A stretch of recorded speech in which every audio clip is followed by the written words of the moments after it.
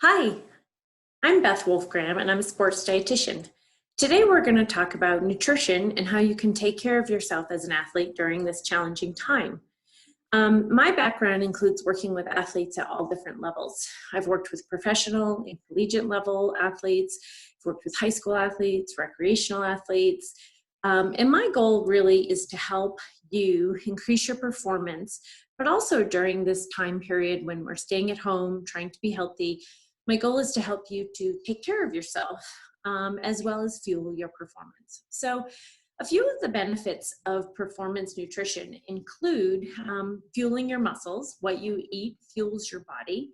It also helps to delay your fatigue, helps to enhance your recovery time, and also assists you in maintaining a healthy body composition and weight based on whatever sport that you are competing in. Hydration is also impacted by your overall nutritional intake. And then the reality is the benefits of performance nutrition include overall performance increase. So nutrition really gives you a competitive edge.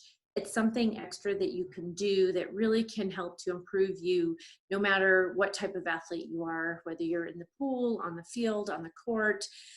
It can offer you a competitive edge. So today we're going to talk about how to stay healthy. This is a time period when many of us are staying home. Maybe you're not training in the same way you always have been. Maybe you're eating differently. We're just living in a very different time period. And so I'm going to give you some suggestions for keeping your immune system strong and healthy, and enabling you to continue to do some training with real whole food suggestions. One of the things that I like to use as a tool is something called the Athlete's Plate. This is put out by the United States Olympic Committee, and there are 3 different plates. I chose the top 2 that I felt like were appropriate given the situation where we're at in terms of our training and just not having availability to gyms and pools and other facilities where we might be working out. So both of these types of plates offer you a wide variety of foods, but you can see the focus is on really balancing things out. So we're going to talk a lot about some of these things that you can specifically do to enhance your recovery. The first thing is to match your energy intake with your expenditure. So you may be training pretty hard still, or maybe your training has dropped down. Either way, you want to make sure that you are eating adequately to fuel your training. If you feel like your training has changed a lot, has dropped down right now because of accessibility, availability of facilities, you may not need to eat as much as you were eating before, but you still need to fuel your body. If you are under fueling, you will find that you will fatigue quicker, you have a higher risk of injury, and you are more likely to get sick. So you want to avoid restricting calories too much. You want to avoid crash dieting, and you want to focus on really fueling your body, like in those previous pictures of the athlete's plates. You also want to think about boosting your intake of fruits and vegetables during this time. Now, we know that what we get nutrition-wise in fruits and vegetables is just a huge nutritional bang. We get vitamins, minerals, antioxidants, something called phytochemicals. All these natural compounds that are in fruits and vegetables help us with recovery, help us with healing, help us with keeping our immune system strong and able to fight anything that comes its way. And so we really want to try to incorporate those in each meal. So having either fresh fruits and vegetables or steamed, or incorporating them into a smoothie, or putting them into, doing a stir fry or roasted or baked, or you can use frozen fruits and vegetables. It really doesn't matter. Just trying to get some types of fruits and vegetables in every meal. And aiming for as much variety as you can, because if you're just eating the same fruits and vegetables over and over, you're only going to get the nutrients that that particular fruit or vegetable provides. So aim for a variety. My next recommendation is to fuel your body with carbohydrates. So your body's main energy source is carbohydrates. It likes to run on carbohydrates, it's good at it, and it prefers it. So if you restrict those carbohydrates or cut back too much, your body won't be able to perform. It won't be able to train hard. you won't be able to come back and recover from one session to the next. You'll also have a higher risk of injury, which then of course is going to affect your overall performance. So including some type of complex carbohydrate at each meal is optimal. Now, I've given you a list of different types of carbohydrate sources, certainly some of the more traditional things you may think of, like rice and tortillas, English muffins. Pancakes are a great source of carbohydrate, but you can also get carbohydrates from dairy foods, dairy products like Greek yogurt, milk. You can get it from fruits and vegetables. But I'd encourage you to get a wide variety of carbohydrate sources. So aiming for lots of different things in your overall intake and getting something again at each meal. Another thing to think about during this time period to help keep your immune system strong and your body functioning optimally is increasing your focus on hydration. So small amounts of dehydration can actually impact your overall performance. So you want to try to avoid dehydration in any way. A really simple way of calculating how much you need from a fluid standpoint is to take your body weight and divide it by 2. So for example, if you weigh 200 pounds, then 100 would be a baseline of what you need for ounces. So that's a starting point. If you're someone who's training heavily, someone who's training outdoors, someone who really sweats a lot, like when you wipe your hand on your skin after exercise, you have a lot of salt on there, you're definitely going to need a lot more than that baseline measurement, but that's a good place to start. And remember, you can actually hydrate your body with lots of different fluids. It doesn't have to be just water. Sports drinks are great during activity. Things like milk or chocolate milk, also really great options for hydration. Smoothies, flavored water, all great options for providing your body with optimal hydration status. A good way of knowing if you're getting enough fluids is to look at the color of your urine. So if it's really dark, like down here on the numbers on the screen, like 6, 7, 8, that probably is a good indication that you're dehydrated.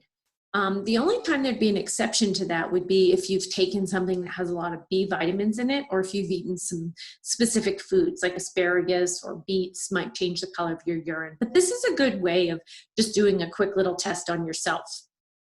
So the next thing to think about is optimal protein intake. Are you consuming an optimal amount of protein for your training, as well as just day-to-day life? So protein is something that helps build muscle tissue, helps repair tissue, and helps our immune system stay really strong. And so getting optimal protein is really important right now when we're trying to stay healthy. My recommendation is to include a quality protein source at each meal and snack.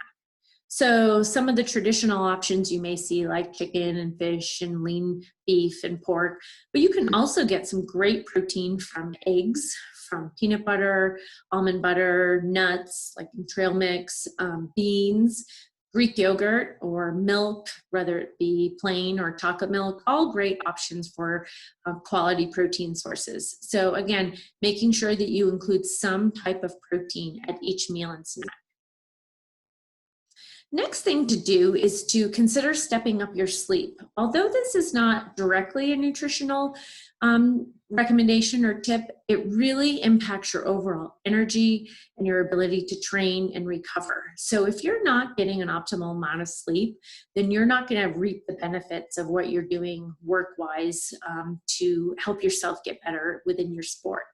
So most people need somewhere between 8 and 9 hours of sleep. It varies.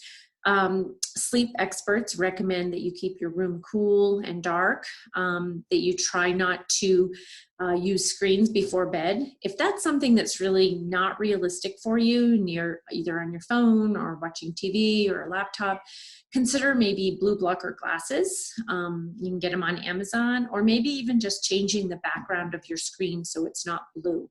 The blue light actually activates your brain and tells it that it's time to be awake. So seeing if you can decrease that screen time. Also try to avoid restricting sleep all week and then trying to catch up. That's not going to benefit you as an athlete.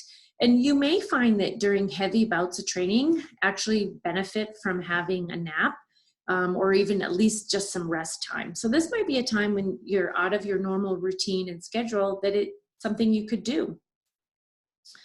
And then my last recommendation is to be kind to yourself, cut yourself some slack. Food is meant to be enjoyed.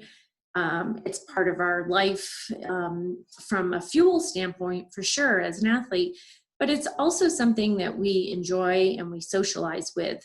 This is a really stressful time for everyone. We are out of our normal routine, our normal rhythms. We don't have school and work and training and relationships that we would normally be seeing people in person.